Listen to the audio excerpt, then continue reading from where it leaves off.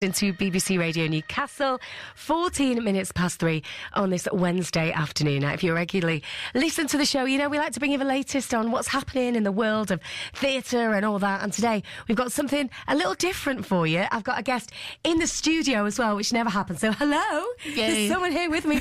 Esther Huss is bringing the Stairwall, the Things We Find tour to the Northeast, and is with us to tell us all about it. So firstly, what is it all about? Because it's performing in different spaces, isn't it? It is. It's a big experiment that we're taking to 4 different spaces. So it's a performance that brings together dance, music and art. It's a contemporary performance, so it's quite experimental. There's a lot of fun in it. Some of it is abstract. Some of it is sort of real referencing to certain stories. And then we take this to 4 different spaces. So we've had our first show in Seton Delval Hall, where we performed in 3 different sites in the hall. And then this Friday, we're taking it to a miners' welfare hall. Next Saturday, we're in a timber merchants in North Shields. And then we're going to another village hall in Headon on the Wall. Yeah. So really playing with sort of industrial spaces, a National Trust site, a Miners' Institute, and sort of a village space. So just very different communities and different spaces that we're interested in. Because people, when they think about, say, dance or anything like that, you think, right, we're going to be sat there, we're in a theatre, we've got to be dressed a certain way to go and see dance, and this is just everywhere. So where did this idea come from? Yeah, so quite a long time back, to be honest. So I've always, as a contemporary dancer, always been really interested in site-specific work and taking work into spaces or communities that may not normally have access to this kind of work. So I'm particularly interested in finding sort of an odd space that nobody else would want to do something in, and then taking the work there. And then also I think creatively it's just really interesting because it makes you think about where do you want the audience to sit, how are they going to sit, with what are the angles they're going to see the work from. So you just have to do a lot more decision making that you normally wouldn't do if you just take it into a theatre. But that's what I was thinking when you were saying some of those places. I was like, well, how's that going to be? Because I guess in a way it's like having them 360 around, or have you got seating areas put together, or are you just going to freestyle it and people just stand and watch? Yeah, I mean, without giving away too much, like in North Shields, for example, we're going to have a forklift take the audience into the factory building, and they will then be sitting on sort of wooden planks and pallets and all sorts of things that we're setting up. So I think it's quite a raw sort of real experience, hopefully really fun, and then it'll feel a little bit immersive, like you're really becoming a part of those settings. So yeah, an audience will sit in different places in every venue, so it really varies. So people could possibly come and see it, you know, in different places and get a whole different experience. That's it. That's right. And I think that's what's really interesting for us. I think we're also, we've been really careful thinking about the communities we're taking the work to. So for each performance, we are asking our audience to bring an object no bigger than the palm of their hand, something that has meaning to them and their local area. And these objects then sort of play a big part in one of the scenes in the performance. So that for us means we don't know what objects we're going to get. It could be, all sorts of things, and it's responding to that. And but again, like, it's giving an audience sort of a really unique experience, and something that brings together a community maybe as well. So I'm really curious to see what kind of things people will bring in. And you learn so much about people by seeing what somebody chooses to bring in, something that has meaning to them. So that's sort of one thing that we're doing in every space. And we've also done quite a bit of work with school children. So we've taken workshops into 3 primary schools and 1 youth group. This morning we were in Meadowell Connected, had an amazing morning with about 15 children there, sort of bringing this way of working, bringing dance, music and visual arts together into one space and seeing how they respond to that. And also something that is really close to my heart, I guess, is bringing the contemporary art a little bit closer to people, because I think often people think it's a little bit weird and it's a little bit, like, and what is it about? Yeah, it's so people get a little bit, or it's not accessible to them, or I wouldn't like it. That's what people think right away, don't they? Think, no, it's not for me. What was the response from the youngsters? How do children find it? I think that's the interesting thing. Like, a lot of them just don't have those barriers that I think as adults we start to build up.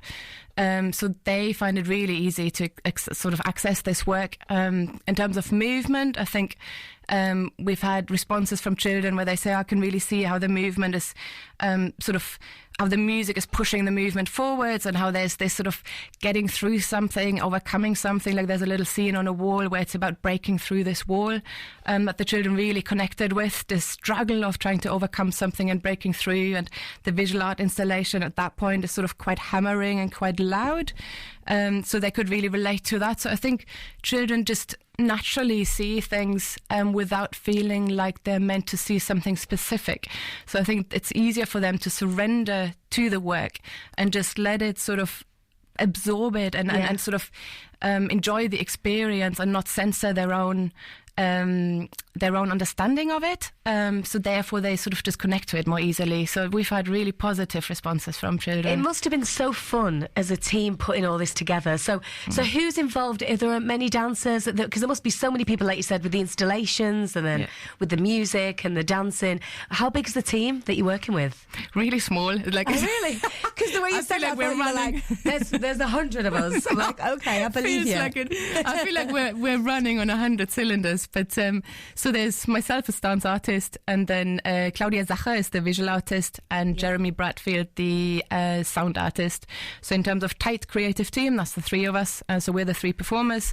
And then there's a bigger team. So we've got costume designers, set construction. Jonna Ahl has done an extraordinary set for us. There's obviously producers and then people like that behind the scenes involved as well. But a sort of core creative team is the three of us. Yeah. And what are you hoping that people get from this? I know you said yourself it's, especially for youngsters, showing people that it's accessible and it's not something weird. But what's the dream? What would you love to happen after this? Would you like there to be more of these and do this more often? I think definitely that. I think the biggest dream is for, you know, if there's one child that feels actually this is something I would like to pursue, or actually this really inspired me, this gave me a kind of confidence that I didn't have before, it gave me a voice, it enabled me to express myself in a way that I haven't been able to express myself until now. That's the dream. And if that's one person, that's enough for me. You know, if it's 10, 15, 30, even better.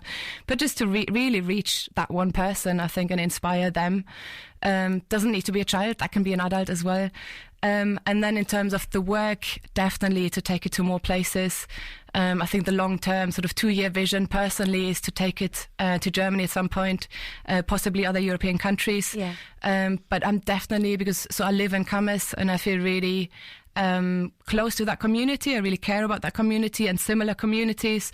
So I think it's to keep taking this kind of work to similar communities when maybe there isn't a lot of access to that kind of stuff, and just to offer it and see what people make with it. And then dream 3, I think, is I just like one, you know, for people to feel safe watching contemporary arts. They don't feel like they're meant to see something and they didn't get it. It's whatever you experience, whatever you feel is the thing to see and feel. Like I only offer half the answer, and then whoever watches it, the other half is made up by them. And also I think a lot of, and maybe this is a cultural thing, but I think in comedy, like this joke of interpretive dance and, you know, like anything random, let's call it. I just feel like I get it that a lot of people's association with contemporary art is that it's a bit giggly, it's a bit weird, like anything could be contemporary dance. But I would love to just make it a bit easier for people to have a different kind of connection with it, where they feel they can just experience it for what it is. Yeah, and, you know. And is that what the dance is? So if the people are thinking, right, if I go along, roughly what sort of thing will they see? So it is more like expression and... Yeah. So it's both. So the show starts with a little film, and then opens with a big song and some movement. And Claudia, the visual artist, is constantly in the space. So you see her drawing, you see her building an installation as part of the performance. I move in different ways. Some of it is sort of more minimal, calm. Some of it is very wild. Some of it is very athletic and very physical. The sound is, we've got sound pipes. We've got a yebaha, which is a sort of a form of a cello that does a really extraordinary, eerie sound. There are synths, there is gamelan, percussion. So just, you know, a variety of really interesting sounds and instruments, movement that ranges from sort of minimal, stiller to quite wild, big movement. There's a circus scene in it. that involves a lot of props that sort of emerge as part of that scene, and it becomes sort of very entertaining, and then it calms down again, and so really a lot to look at and to choose where you want to look as well. And for all of these now, it is fine for, like you said, for children. It's for all ages, so everyone can go along. Absolutely, and they don't have to know anything about dance at all. No, no. So just remind us. So people are listening right now. Because you know what? Because it does sound really interesting, and for people who never go and see dance and maybe would feel a bit intimidated going into a theatre space. Yep. I mean, it sounds amazing. So where's your next one? Next one's this Friday in Camas, 7:00. Yeah. And then the one after that is on Sunday, 6th of November at Percy Hudson. So that's the timber merchants. I love that. That's so bizarre. That's so random. I love it. I really love it. So that's at 1:00 and 4:00. And then the last one's on Friday, the 11th November in the Nut Memorial Hall, Heading on the Wall. Those are the venues, and all tickets are free, so it's pay what you can, but totally fine to, just book, please book, because we are getting sold out for some of the shows. Yeah. So you can book your tickets on www.esther, so that's ESTHER-moves.com. Brilliant. Yeah. Oh, that's great, because I bet there could be teachers listening right now and schools going, actually, that sounds great. Yeah. And I'm sure then this could be just a stock. So imagine there'll be someone with a random business going, maybe people could dance here. Please contact me. I'd love it. No, completely. Oh, do you know what? It's so lovely to meet you, because you can tell you are, when you talk about dance, you've got so much joy in you. You clearly love it, and I'm sure that'll come across. And it is that thing. Dance is supposed to be. It's accessible for everyone. Yes. And like you said, I'll be honest. I've gone and seen dance a few times, and you sometimes get a bit nervous. Like, I don't get it. Like, no, totally. am I supposed to? Is there an answer? Yeah. And there isn't. No, there isn't. There's no wrong answer, is there, for any of this? No. So thank you so much for coming in. Just remind everyone the email address. Sorry, the website again. Yes, website, and one added shout out. So 7th of November, if there are any teachers or youth workers out there who would like to learn a little bit more about this way of working, we're doing a skill development workshop on the 7th of November at the Lynn Skill Centre as well in North Shields.